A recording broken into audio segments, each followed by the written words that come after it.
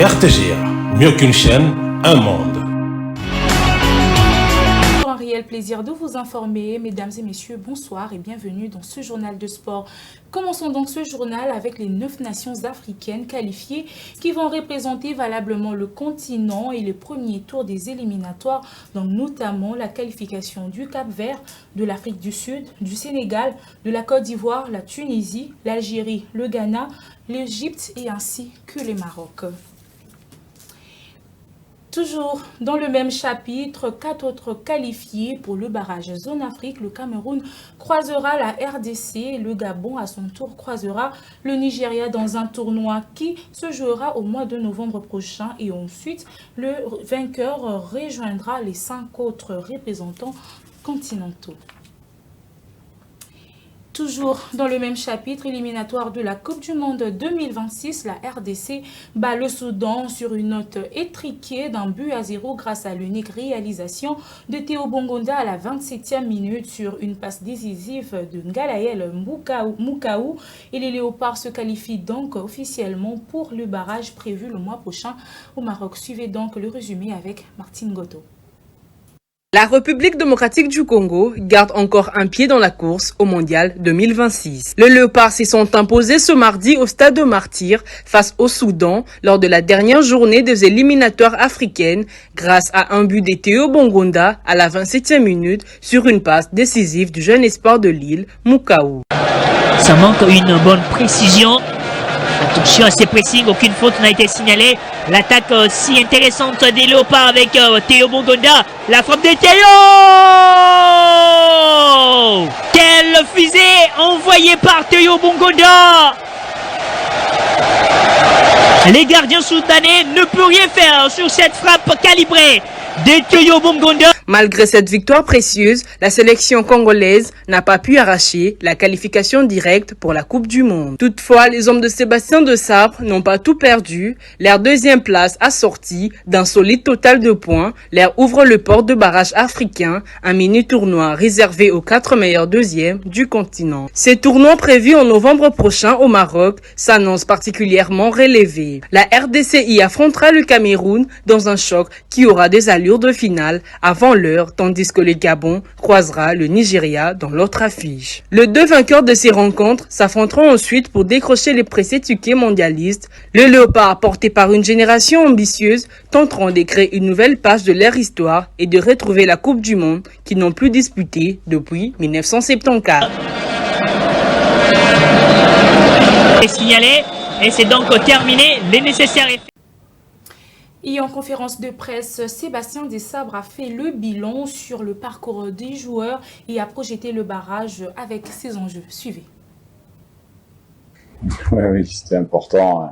Comme je l'avais dit avant, il fallait qu'on s'impose pour pouvoir soit se qualifier directement à la Coupe du Monde, ce qui n'est pas le cas, puisque le Sénégal a gagné. Il faut féliciter le Sénégal pour cette qualification. Et nous, il fallait gagner pour assurer notre place de meilleur second. Voilà, on termine donc il me semble deuxième meilleur second derrière le Gabon.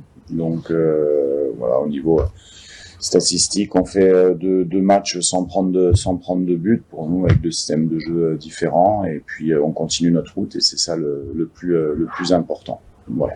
On va récupérer déjà. Après, de toute manière, on va bien sûr se projeter sur ce match-là. Après, quelle que soit, je dirais, l'équipe qui est devant nous, ça sera un beau match déjà entre deux belles équipes africaines, et puis difficile également. Mais on sait aussi qu'on a les armes pour pouvoir continuer notre route. Donc après, on va s'y pencher tranquillement, mais ce soir c'était déjà important de faire l'essentiel et d'avoir je crois sur les 8 derniers matchs 7 victoires et malheureusement une défaite. Les barrages, je veux dire, on peut se dire que malheureusement on n'a pas atteint la première place, mais que néanmoins il me semble qu'on fait quand même des phases de qualification qui sont intéressantes, puisque je crois qu'on marque 15 buts, on en prend 6, on doit avoir 7 victoires sur 10 et un match nul et 2 défaites. Donc effectivement, dans au niveau statistique, ça nous a pas permis dans cette poule en tout cas, puisqu'il y avait, je le rappelle, une équipe qui connaît bien la Coupe du Monde, le Sénégal, dans cette poule. C'est comme ça. En tout cas, on a pu avancer quand même, et on continue d'avancer. Et après, bien sûr qu'on a parlé de ça avec les joueurs. Les joueurs savaient exactement le classement qu'il y avait. Il fallait qu'on s'impose. Donc tout le monde est connecté, et nous, l'essentiel, nous, ce qu'on veut, c'est avoir notre destin entre nos mains. Et parlons à présent de la vie des clubs. La commission d'audit de la formation ASV Club avait convoqué un point de presse le dimanche dernier à Kinshasa pour statuer sur la dissolution d'une entreprise qui travaille depuis quelques saisons avec le Vita Club. Suivez donc le rapport de cette commission lu par Delo Moulumba, membre de la dite commission. Je veux dire que sur le plan administratif, au niveau de l'ASV Club, qu'est-ce que nous avons constaté? Aujourd'hui, un club comme l'ASV Club, ça fait plus de 3 ans aujourd'hui que le club n'a même plus un bureau. Même pour présenter un seul courrier aujourd'hui, personne ne sait où aller déposer un courrier qui concerne l'ASV Club. Ce qui est une anomalie grave. L'absence totale de manuel de procédure. Les personnels même qui travaillent au sein de V-Club, il n'y a pas de contrat de travail. Les conflits d'intérêts. Organisation des assemblées. C'est ce que nous avons constaté aujourd'hui, que les dirigeants tels qu'ils sont, soit désignés ou élus par les assemblées générales, ça s'est fait sur des bases purement sentimentales. Il y a le flou autour de la personnalité juridique de l'ASV Club. Aujourd'hui, dans l'ASV Club, pour la majorité des V-Clubiens, ils savent que V-Club est une association sans but lucratif. Mais la réalité sur terrain, après ce que nous avons mené comme des investigations, nous avons trouvé que V-Club fonctionne pour les uns comme ASVEL, pour les autres comme une société Victoria Club SA. Et cette société a été agréée. Nous sommes allés vérifier jusqu'au niveau du guichet unique de création d'entreprise, et nous avons trouvé la création de cette société qui existe et qui vit, qui reçoit des fonctionnements ou des subventions de l'État, ou des opérations comptables se font dans ces comptes-là, sans que cela soit connu de la plupart des V-Clubiens, voire même au niveau... Parlons basketball, les Makomeno City de Lubumbashi sont déjà arrivés à Kinshasa pour prendre part aux éliminatoires de la zone 4 pour la Women's Basketball Africa League, dont le coup d'envoi est prévu pour le 19 octobre à Kinshasa. Avant leur départ, le club cher au président Bob Bansoba a effectué la toute dernière séance d'entraînement. Suivez donc cet élément de Fallon Kaninda. Dès le passé pour mieux se projeter vers un nouvel horizon, tel est le mot d'ordre au sein de l'ASB Makomeno City.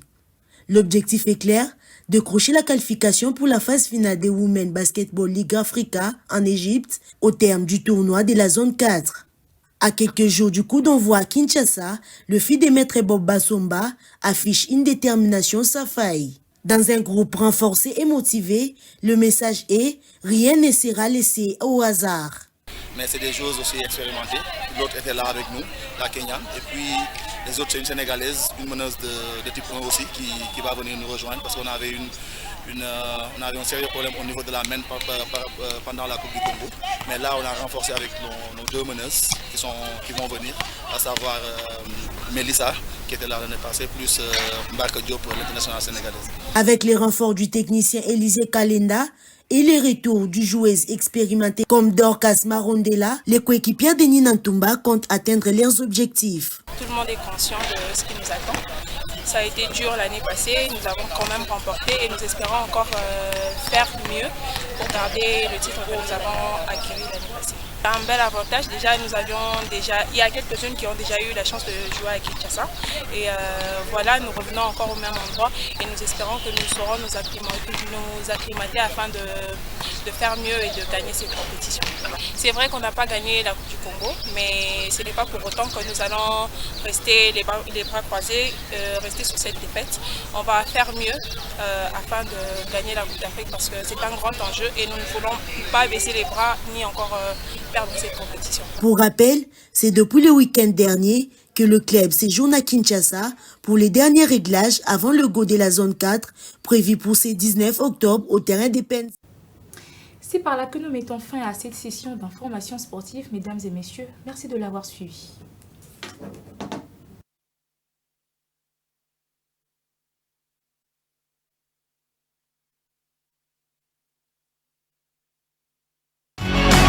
RTGA, mieux qu'une chaîne, un monde. RTGA, mieux qu'une chaîne, un monde. RTGA, mieux qu'une chaîne, un monde. RTGA.